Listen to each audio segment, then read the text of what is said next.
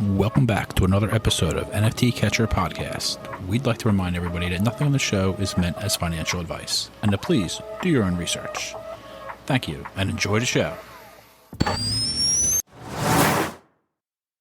Now the subject is NFTs. They're known as non-fungible tokens, or NFTs. NFTs are exploding in popularity. This is a technology that will forever change the way people interact. So it is happening whether you understand it and like it or not. This phenomenon is moving. The digital You have now joined Jenny from the blockchain and Michael Keene on the NFT Catcher Podcast.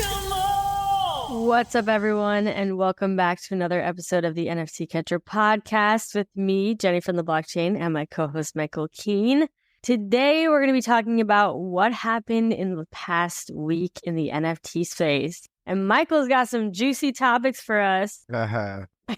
Starting with, I don't know, is this a sensitive topic for you, Michael, to think about? Nah, not at all. Not at all. It's fine. Everybody was like, oh, I hope you're all right. Nah, that's fun. It's all fun. Michael, you're doing good. Yeah.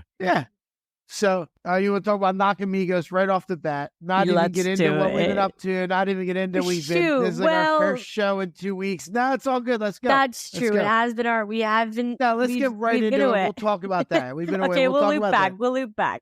Nakamigos, out of nowhere, nobody asked for this. Like a week ago or whatever, they were like, hey, we have 20,000 more. We're going to call them the cloaks. And if you're a holder of the first one, you get a huge advantage. You get, for 2 hours before everybody else, you get to buy them at 0.05. And then everyone else gets to buy whatever's left. So great. Yeah. So I don't know. I think in the bull market, dropping a second collection that costs money with not really a benefit to holders besides a little window opportunity to mint first would have been totally cool. But in the bear market, and especially when they've already made a lot of money, nobody even knows who they are. Right. It's just kind of... You need 1,000 ETH now? Right. That's what I said. That's what it is. 05 times 20,000 is 1,000 ETH. Yeah. What is going on? So people start freaking out. The floor price was 0.45. It was obviously doing really well. It was doing its thing, waiting for the reveal, waiting for what was going to happen in the fall. And that happened. The floor went all the way down overnight to 0.18 and looked like it was dead. Damn. And I know. So on the way down, I sold half of mine at 0.2. Oh, yeah. And you bought high, you remember, just for reference, remember they were 0.43 and you were like, sell some of them, please. And I was like, no. Because, I just keep thinking about Richard. Oh, my God. And why he was like. You have to stop thinking about Richard. First of all, I should have never told you that Richard. Well, okay. No, wait, Richard no. told he us. Said that on the thing. Oh, so, yeah, you know what's funny? He also talked about Nakamigos when I met him in person. Did he? Oh, what great. Now I shouldn't have said. Now I shouldn't have said this. Oh, this is new information. So for people that don't know, in our Gas War segment, when Richard was on the podcast, one of my questions, innocently, we had never talked about Nakamigos the whole episode.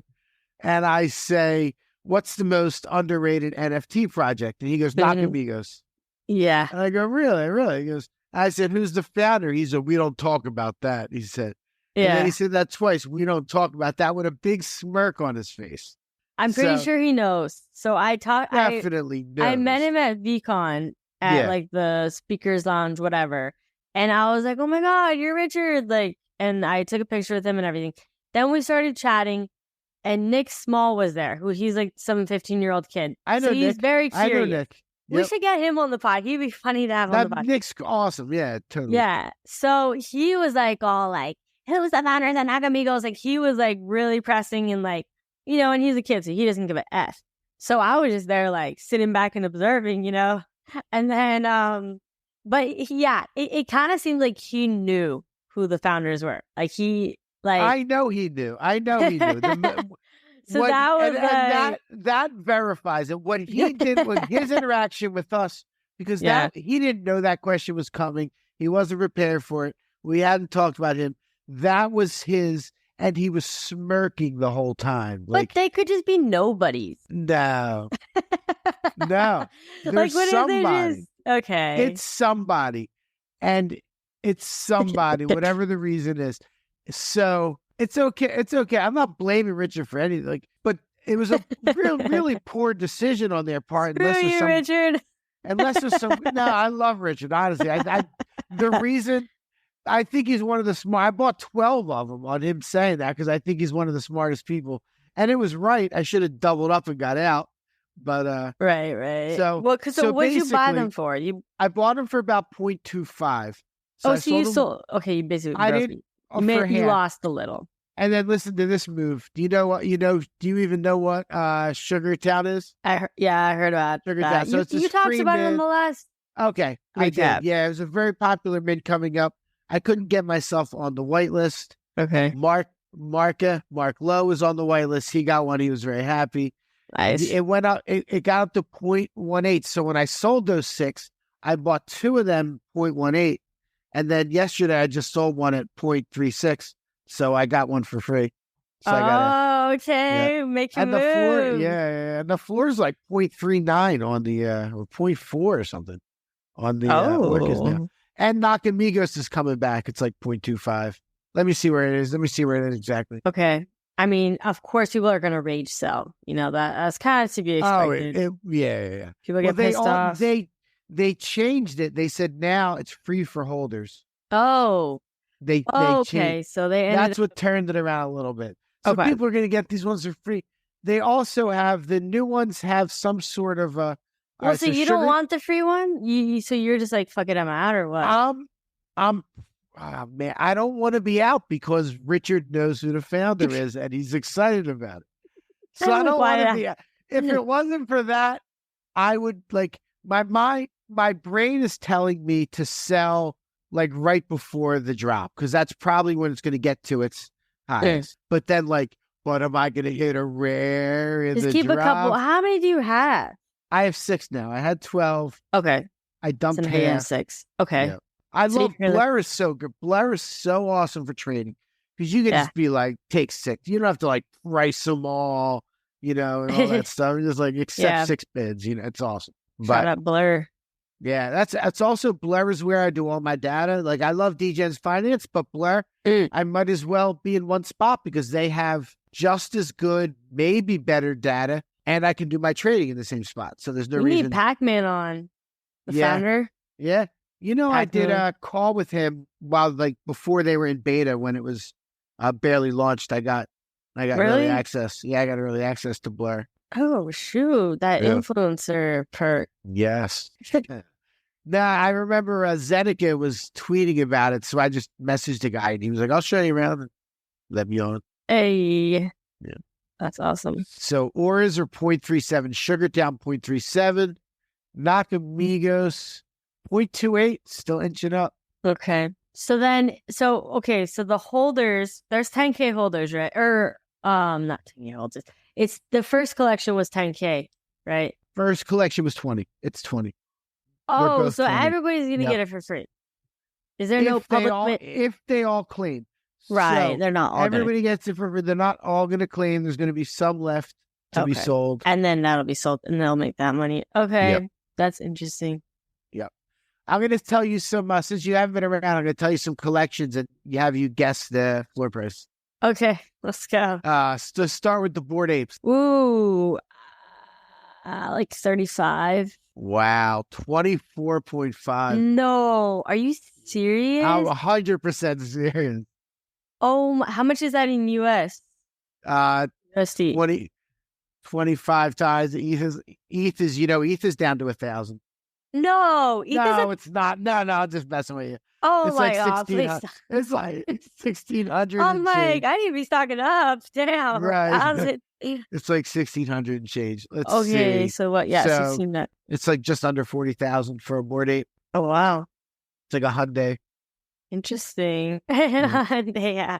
Would you like? Used to be a Lambo. It went from a Lambo to a Hyundai. I mean, so how about the mutant apes? What do you think that's at? Mutants. Ooh, those have to be like freaking 4 point something, right?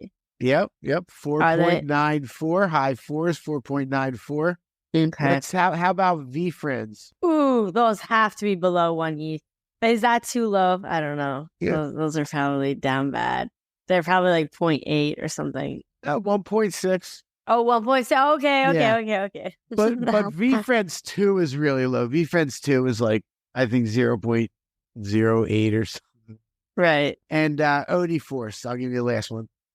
Oni And they have Force. like- yeah. Oh, I feel like those are doing solid, aren't they? Like, I feel like it's like half an ETH, 0.5. 0.65. 0.65. Nice. Yep. They got up to like 1.25 or something at the peak. They've been steady though, because I remember they're doing a lot of different stuff. Yeah, Star-Lord is always doing different stuff. Who are they? They just collab with somebody interesting. Oh, they're collabing with Tom Bilyeu. Oni Force and Star-Lord and Tom Bilyeu were doing a Twitter space together. Interesting. And they're collabing on something. I know. Tom Bilyeu makes like nothing happen. Speaking of Tom Bilyeu from Impact Theory, remember we talked about him, got sued by the SEC. Yeah. Speaking of being sued by the SEC, the Stoner Cats. I saw that. Mila Kunis and Ashton Kutcher. Mila and Ashton are having trouble these days. Have you seen the whole? No, actually, I know there's some video circulating. I haven't watched it. I saw like a screenshot or something. Yeah. But what was that all about? It's an awful story. Shit. Do you know Danny Masterson, the guy that starred with them in the 70s show? Oh, I think so. Was he the curly hair guy? Yeah, he was just convicted and sent to prison for 2 15-year to life sentences for rape. Oh, snap. And, so this is a heavy subject.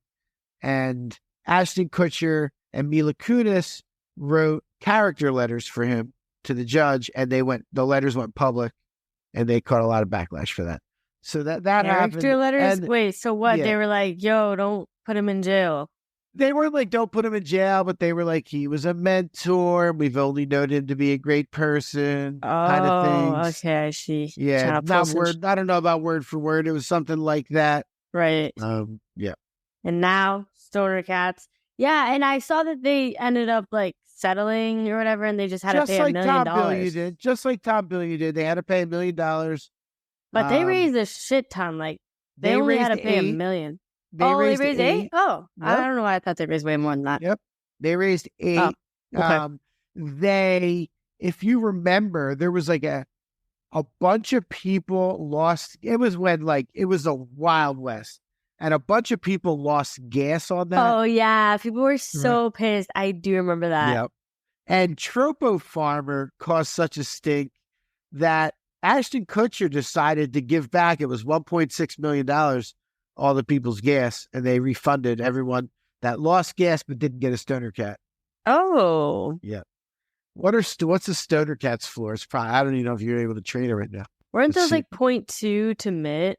I just remember everyone was pissed because that was like everyone was like, no, don't support the celebrities. Like, and that was before really a ton of celebrities started getting in. Yes, I remember being on Clubhouse, and I remember talking to VGF about it, and he was very against it. He was like, I was definitely not into it. I was like, there was money to be made early on because it did go up for a little bit, and then it just, it didn't really like go up that much though, right? If I remember correctly. I think you're right. It had a bit of a short amount of time. I think and then like the reveal. It was probably one of those ones where it went up a bit, and then the reveal happened, and that's the end of it. The show, I watched the first one. I think that was the only one I watched. Did you? Yeah. Yeah, because that's what it was. It was like token gated access to their show that they were creating, and you were like helping fund their show, basically, like a cartoon show. Yeah.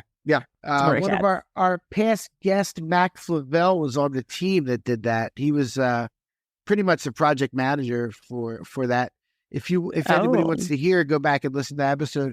Really good, interesting episode. He was not a controversial guest, but he was like Mac. He was a bit, I would say he was a bit of a shocking guest because I did not know what to expect with him. Right. And he's very like vulgar and just like out there and like doesn't give a F. So that kind of threw me off, to be honest. I was like low key intimidated, like interviewing him. I was like, but yeah, he was cool. Like, but he was he was definitely out there. He's my kind of guy. We've remained buddies. I actually sent him a text. I sent him a text when that happened. I said SEC equals and did a poop emoji and sent that to him.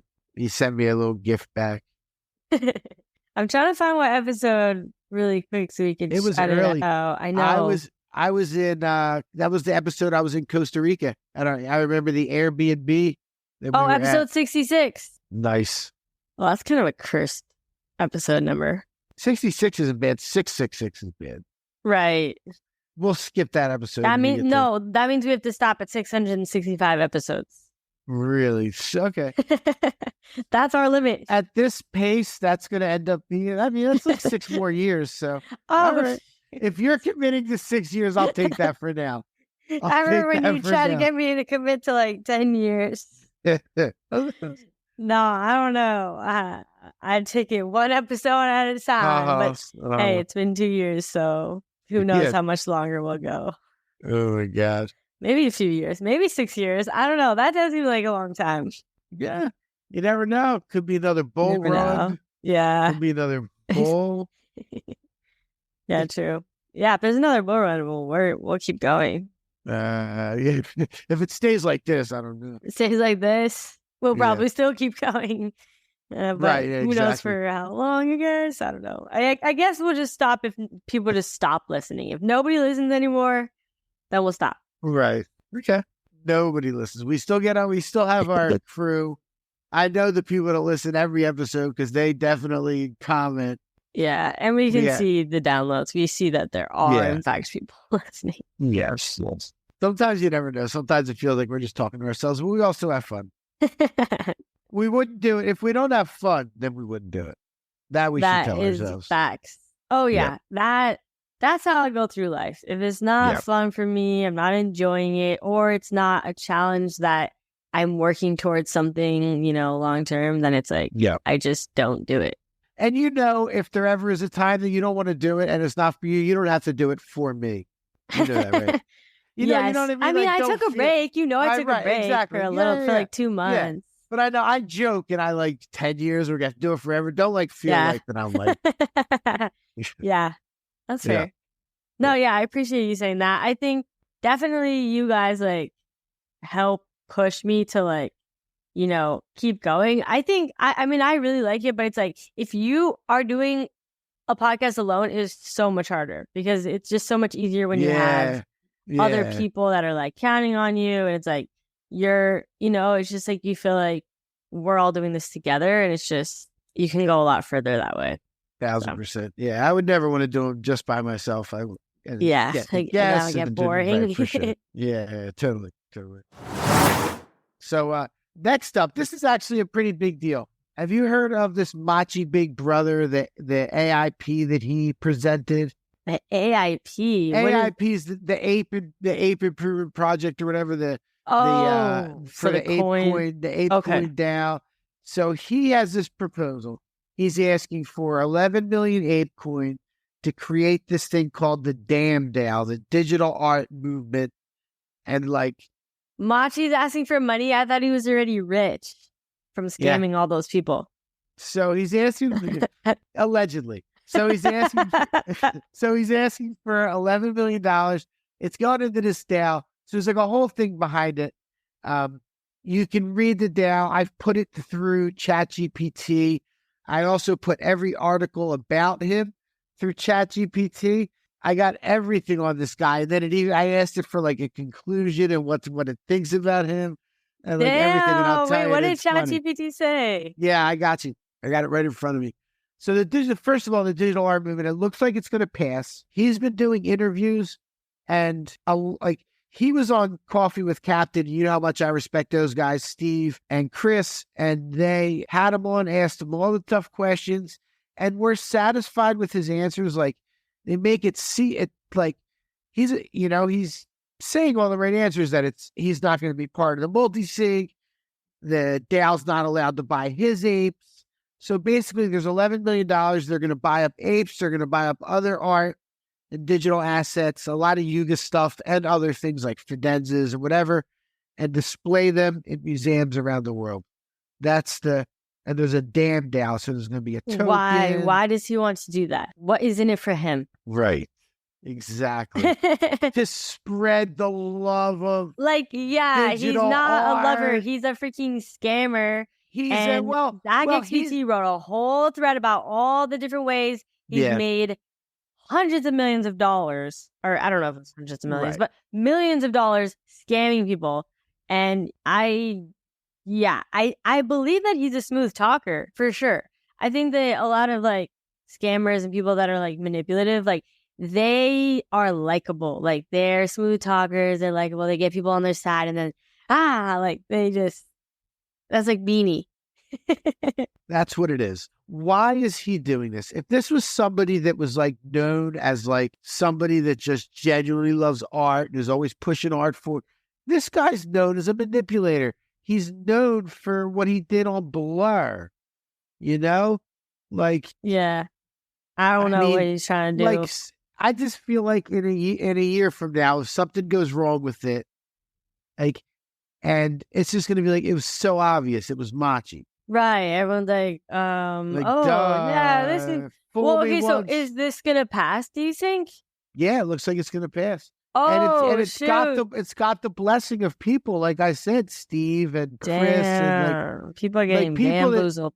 People that wouldn't just, like, it, and their rationale is that it has all the safeguards around it. Like, he seems to have put all these safeguards, but there's got to be a reason. Like, he wants all these apes to get bought because it's his stuff. Even if it's not his directly, that'll raise the floor price for him to do it. Which is fine, but like I feel like there has to be some other thing. I don't know. That doesn't sound right to me. It's something is weird about it. And it's gonna $11 million. Like, it's nothing. I don't know how much money's in that down. 11 million? Well, it's 11 million ape coin. And ape coin's like $1. It's 11 million ape coin? Yeah. Dang. So they're giving okay. Yeah. Well, that's interesting. So when does this pass, and like when does this take effect? When will he be putting this art in the museums? Like, when does all this happen? Let's see. AIP 304. I did put that through GPT, but let me see if I can find it. All right. AIP 304 proposal name. Abstracts to curate NFT Yuga assets and other collections. The goals to advance digital art. Machi Big Brother is the author. He did put a team together. People like Lumberg.eth, Jake Lee, Jeremy Yang, BlackApple.eth, people I'm not really familiar with. Yeah, I don't know any of those people. No. The motivation is to increase representation, appreciation, digital art, to aim for the digital. So this is what ChatGPT told me when I put the AIP into ChatGPT. Just so you know, this is a bullet point they gave me. Got it. Benefits to the ApeCoin ecosystem and enhance ApeCoin's influence in digital art realm, allow ApeCoin staking for governance over a collection. There's going to be DAM tokens with a fair launch, no team allocation. Like, I guess, like, you're not going to get any somehow. There's no way they don't get any benefit. They're doing this for charity. They're just volunteering. Now you're making a whole coin. Like, oh, you know what? I bet he knows the people at the museum. And he's like, yo, we'll give you this money. And then you give it to me. Right. Like, you know what I mean? I know. Something. We're going to get to the bottom of it. Conflict of interest in NFT acquisitions. Collaborate with art institutions. So timeline would be to commence immediately after the AIP. The milestones include initial curation, first event. What events, though? You're going to show a bored ape at a museum on a fucking screen for $11 million? Yeah, that doesn't like, what really is make that? sense. I don't know. Like, do we need that? I could maybe get behind it if it was like... But 11 million? Like, shouldn't they create some type of start off with like half a million, small. Bro. Yeah, start off with half a million. Start off small. Of course, you gotta go hard. Gotta go home. The full 11 mil. The 11 million ape coin with the exact release mechanism to be decided later. That's cool. TBD, folks.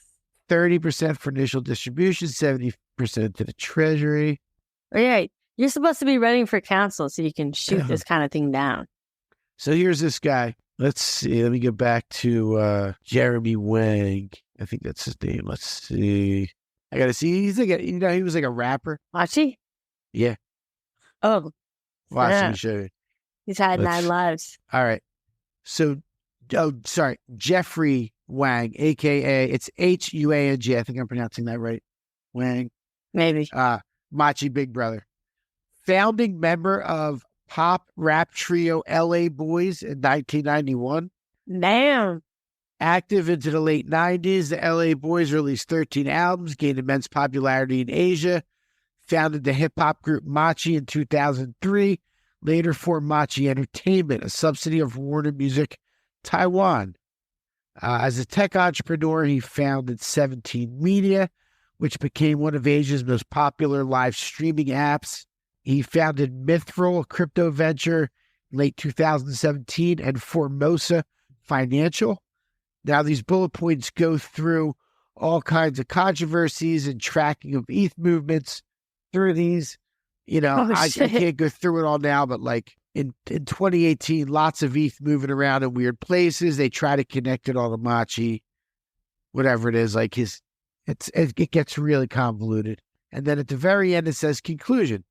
Jeffrey Wang, in his various projects and dealings, displays a pattern of ambitious initiatives often marred by controversies, financial irregularities, and abrupt discontinuations.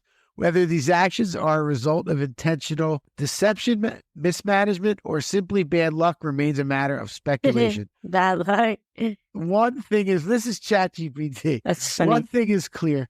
The crypto landscape, with its promise of decentralized and transparent financial systems, still possesses areas of obscurity and potential malfeasance. As with traditional financial systems, vigilance, regulation, and transparency are paramount for maintaining trust and integrity. Thank you, Chat. Somebody had to tell ChatGPT. Like, say that. It's crazy. But I don't know. It's right. It's like, he like all this stuff's like gets a little weird. Yeah. I don't know. I'm against it, but I think it's gonna look silly. Yeah. I have no voting power. I have no ape coin, so whatever. I actually don't really care that much. Yeah, I don't care all that. I don't care all that much. It's just like the way people throw around money like that. Like so much could be what you could do with 11 million. Like that could really make a difference. What would you do if you had $11 million right now? Put it in my bank account. No, I'm just kidding. Now, like, what would I if I had one thing I could do with 11 million? Like if I had 11 million, I had to spend it on something good. It would be, I would go straight to the foster kids, and I would start with Broward County because my wife and I were foster parents, and we know a lot about what goes on in the foster system. It's really rough. It's rough on everybody. It's rough on everybody, but especially rough on the kids, and they're the ones that didn't ask for it. And it's really some of the hardest situations you can imagine. Huge sibling groups, things like that can't be with their parents and all that stuff. I would make sure all those kids have everything they need. Oh, well, that's sweet. Dang. Yeah, that's great. Well, shit, now I can't say, like, go freaking travel. Right. I'd start a new Burning Man. I'd start a EDM festival. Yeah, right. I mean, I just got back from Imagine Festival. Yeah. So, I mean, which one did you go to? What was it called? Imagine Festival? Yep. Imagine Festival. It was a 4-day festival, 3-day camping. It was a lot of fun. It was great. We camped, we're not super bougie. We don't have RVs. Actually, we ended up sleeping in our car instead of the tent because people are crazy and they're partying like late into the night. And you're trying to sleep and it's like 3 a.m. And everyone's like yelling and freaking blasting their music. And so the car is a little bit more soundproof. So, and Steph and I, we just got back this morning. I'm actually in Tennessee right now. with my sister. So. Big Gigantic. I used to love Big Gigantic. Yeah. They've been around forever. Really? They do. Oh. Yeah, they do they mix up like hip hop songs with like their own beats, right? Okay. Like Biggie and stuff. I think I that's actually don't think I didn't see. I missed and they their play set. horn. They have like horns. Oh, you missed Big Gigantic. It's probably the only one I. The only one you know. Yeah, I think so. Dalla sounds familiar, maybe, but I don't know any of these other. Nightmare B2B Diesel. Is that Shaq? Yeah, Shaq was so funny too because Shaq's you know awesome. his voice. He's just like and he would be like, "Ladies, mosh pit, ladies." Like literally, like I want ladies only mosh pit. Like he just kept saying, "Ladies," like, and he just with his deep voice, he just cracked me up. That's funny. Yeah, he was so funny, and he's like, "Put your arms up, let me see those muscles." Oh. He was just hilarious. There's somebody called Bonnie and Clyde. That's funny. Bonnie and Clyde, yeah. They were good. Who's your favorite? Who was your favorite? I can't believe you missed Big Gigantic. Oh my God. Chris Lake. That was amazing. I really liked his set a lot. Yeah. And then Rez, who was the headliner on Sunday. I hadn't seen her in right? 5 years. I know. I didn't see her name on here. I know. Oh, yeah. She freaking blew my mind. I was like, whoa, she really leveled up. Oh, I know Dylan Francis. Dylan Francis, he collabed with like a smaller artist and Knock 2. Yeah, they had a good set. It was fun. And then there was like a pool party during the day. Like it did rain one of the days, but besides that, it was sunny and really nice. And it was great. Nice. It looks like a lot of fun. What did you do over the weekend? What did I do over the weekend? Yes. Saturday, some stuff with the kids. Saturday, we went to this mall. There's a giant mall called Sawgrass Mills, and they were having a farmer's market there. My kids needed some stuff. Really? Sawgrass Mills. Yeah, it's pretty wild. We went there and just like walked around. And there's play areas. And Sunday, watched a lot of football. Nice. Oh, yeah. There was like a bunch of football happening. And my son and I he loves this place called Silver Ball Arcade. It's like this old arcade with like 1 million pinball machines. And there's this old Madden machine from like 2005. And we just played Madden football, like me and him. It's like the old arcade. It's really fun. Yeah, I love arcade bars. Like those are so fun. This place has it's mostly pinball machines. Yeah. They have pinball machines from as far back as like the early 50s. And they're working and you can use them. So you pay $15 to get in and then you can just play as much as you want of all the different games. That's awesome. It's really cool. That is so fun.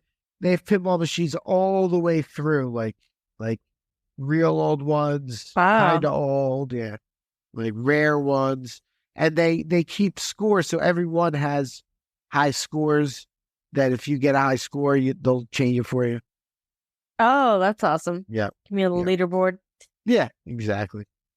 I suck at pinball. I don't like pinball.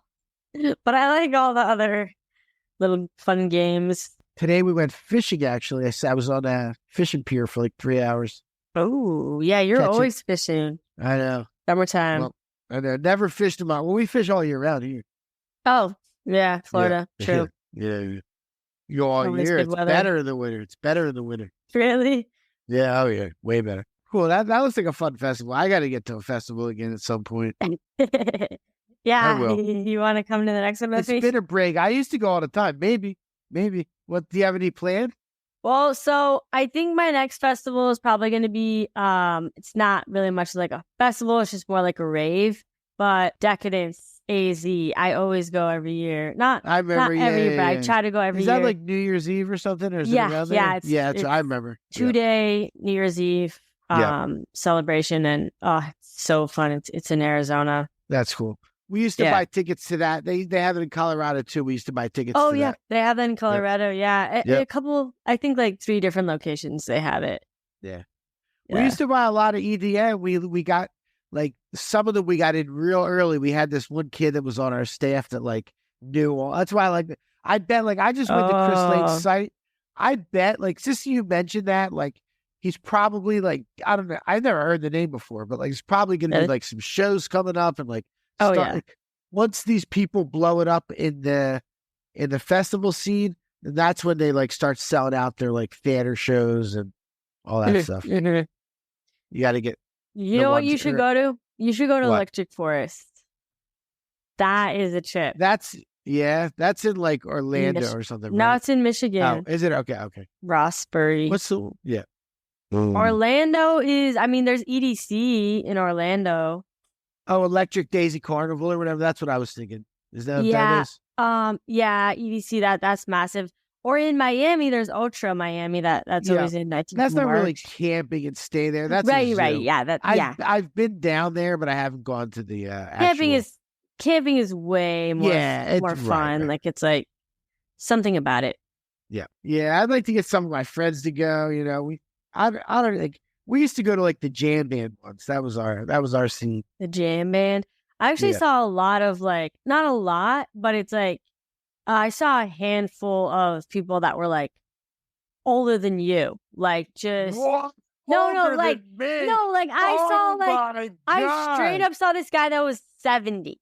Like he definitely looked like he was 70, and he was just there at the festival, like some grandparents, you know, and they're just like living their life, enjoying, and I'm like, wow, that's awesome. That's cool. You know, that is awesome. Yeah. It's cool. One of my wife's aunt and uncles, they go to a ton of concerts like that. Yeah. And they're that's how old they are. They're ravers. They're festival goers. Yeah, not really ravers, but like jam bands, like that other scene. Yeah. The raves kind of, that's the rave is like, there never used to be like huge rave festivals, like EDM festivals. Yeah, like used to be like underground and yeah. I mean, I missed that way. When I was young, that was like, it was definitely like cultish just coming up. Like not everybody was into EDM. When I was in college, it wasn't like that. Not at all. It was like it was like a European thing. And then like when the students would go abroad and come back, they'd be all into it. Like it was cool over there. Tomorrowland is the biggest festival, and it's in, I think, Belgium. And it's like that's the dream one. That's really like cool. the largest festival in the world. Like, oh yeah, that's my dream festival to go to. Tomorrowland. Right. Let's go to Tomorrowland. Let's do it. Because we go to Belgium. And we'll make a podcast about it. It's just it's like an hour train ride from Amsterdam. Fly to Amsterdam, hang in Amsterdam. Oh, it's right by Amsterdam. It's a train. You just take the train right through. Damn. Belgium's really small. You take the train. It's probably near Bruges or Brussels. Yeah, that would be so sick. I'll just tell everybody it's an NFT conference. Yeah, everybody go. And I was like, no, I have to tell my family. I'll tell my wife it's an NFT conference. And... oh, yeah, your family. Oh, it just happened in July of this year. That was when they did. And then there's like this winter. Right. That would be insane. Of course, we have to record from there. You know, I'll say that. Yeah, we'll be like, hey, guys, we're currently at the festival. Yeah. That would be chaotic. All right, we have gone off the rails, which is fine. But this is back to NFTs, folks. Back to NFTs. We went over Machi. This one I just found interesting. I honestly don't have a million pieces of information on it, but you know, OnChain Monkeys, you remember that project? Mm-hmm. They are migrating their entire 10,000 collection to Bitcoin, and it's going to cost them about $1 million in fees to do so. Why would they do that?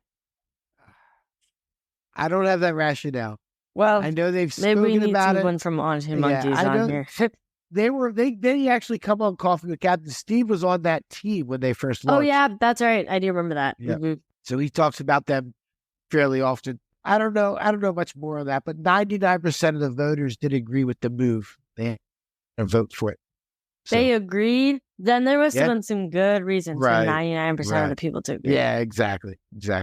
What about FriendTech? You into FriendTech? You hear about this? FriendTech. Don't you remember when we brought it up a month ago and we're like, yeah, we'll see if we're still talking about it in a few weeks or not. And here we are talking about FriendTech. It's not for me. I'm not a huge fan of like social tokens where it's like, oh, pay me to talk to me and stuff. Like that's just, I don't know. I'm not into that. Say that again. I love it. It's literally pay me to talk to me. No, because that's what Alex was saying. NFT God, he was like, yeah, like if you buy their token, then you have a better chance of DMing them. It's like, oh, so I have to buy your token to get a chance? Like, that's just like, I don't know. That's not. And then I hear that. I don't know. I've been seeing on Twitter people being like, not gonna lie, I get kind of sad when people sell my token, And then it's like your value, your worth is tied to the price of whatever your token is trading for. It's like, that's just, I don't know. I think, wasn't there a social token craze right before the bull run already? And it like burned and died. There was BitClout. Exactly. BitClout. So this feels like BitClout 2.0. Yeah. It feels a lot like that. It's much better, but I heard the tech is really bad on it too. Like there's they're not like, there's a lot of things wrong with it, and people are just trying so hard to like make it like work. Yeah, because some people are making money. Like people are making money on it, and it's people are making money. Definitely. Right. Is it gonna? Who is it gonna? So there's going to be bag holders probably. It's not like, I don't know, or maybe it's the new Google, Facebook, Twitter. Maybe it really is, but I don't think so. Yeah, but I might get on it. I've had people tell me to get on and tell me to let them know right away when I get on, so they can get my token. I'm like, but that is weird. It's definitely some weird stuff, and you are kind of like, if you tell anybody that you're going to give value to it or whatever, like, you're kind of like the Stoner Cats or Tom Billieu. Not that the SEC is going to find you, but they could, like. Right. You're like, oh, buy my token so you can hear alpha. Right. It is. I think people are a little too lenient with it, where they're just like, oh, what? It's fine. And what? It's casual. And it's like, well, I still might do it. I'm not worried about it because I know that I'm not going to be one of the ones that like pumps up to 15 ETH or something. Yeah, I guess as long as you don't make a lot of money. Right, you're exactly. probably good. And I probably won't even make money getting on, like, because then I know there's like pressure if people buy yours for you to buy theirs, and I'm not into that. Right. I have zero desire to own any keys. Like, so if I get on there. Right. You're like, can people just buy my stuff and not? Yeah, I don't want to buy. What do I need yours? Right. If you buy mine, we can chat. I don't need to buy yours. Yeah. But like every Twitter space, thread guy at a 600-person Twitter space today, like right before we came on, called Mega Friend Tech Space or whatever. What was? Like, did you listen to it for like 20 minutes? And they were just talking about like the ins and outs of like the Friend Tech ecosystem. Okay. Like, so you're getting familiar. And it was like Leap. Like I didn't listen to it because it's interesting. Like it's just like, I don't know. Yeah. I just listened to it because like I wanted to hear, I guess I just want to be up on what's going on, but it's just like. Yeah, it's like, I think that everybody doesn't have to participate in everything. I think sometimes people feel like they do. They're like, oh, but I have to, because, what if this becomes a thing? It's like, you don't have to do everything that everybody else does. Just because, even if it does become popular, that doesn't mean you have to do it. Like, if you what don't was the one? Want to. Threads? No, what was the one? Threads? Like, yeah. Yeah. Did that totally fail? Yeah. Threads. Wait, Threads was the... That was the Meta put it out. Yeah. Oh, like Twitter yeah. alternative by Meta. Definitely failed. And or like Coinbase NFTs, and everyone's like, you have to claim your username. And now I'm like, no, because I don't want to be on there. And then it freaking crashed and burned. And it's like, like totally. But everyone feels like they have to do something just because, there's a potential that you're early, which I get. I mean, tech people are always trying to be early to stuff. So it makes sense. Yeah. But it's only been like a month. Didn't it come out in August? Friendtech? Yeah, probably. Or that's when it started popping off. That's when it started popping, yeah. Like in August. So it really hasn't been long. I mean, like Deez loves it. Like a bunch of our people are making money. They love it. They love everything you're making money. Oh yeah, and some people make money they love. Right. And then all of a sudden they stop making money. They don't like. Yeah. Well, that was the topics for the week. We had a fun time going over a bunch of stuff, going over life, talking about the Imagine Festival, making plans to go to Tomorrowland. Let me run down the crypto slam top 10. Number 1, D Market Mythos. Okay, Rushing it on the Mythos Why blockchain. do I keep forgetting? I mention it during the podcast every week on this, and then I keep forgetting to really go try and get into it. Because we've never heard anybody else talk about it besides Crypto Slam. know. That's the reason. Isn't that weird? Yeah, it is really weird. DraftKings is number 2, our previous episode sponsor. Let's go. Gods Unchained is number 3. So the first Ethereum is number 4. By the way, I forgot to mention this with Friendtech. There is more volume on Friendtech than there is on Ethereum NFTs. Weekly volume. Yes. Wait, so what token is Friendtech? It's its own token? I guess. It's like cheese or whatever. Is it ETH? You buy it in ETH. Yeah, you buy stuff in ETH. Oh, okay. Those are probably ETH tokens, I guess. I don't even know. Right. Okay. Interesting. So Bored Apes is number 4. So Rare is number 5. CryptoPunks number 6. Nouns is number 7. And the reason Nouns is number 7 now because they did some kind of fork where you could get your money back from the DAO on like what you spend for your noun or whatever. What the? But it's something, and I want to get more information because I did want to talk about that today. It was on my list, but I didn't have time to really look into it. Yeah. But they are doing something interesting with their contract. You know, the nouns, they still release one a day forever. And people are still paying. Forever, that's crazy. Yeah. People still pay like 33 ETH, 35 ETH each day for them.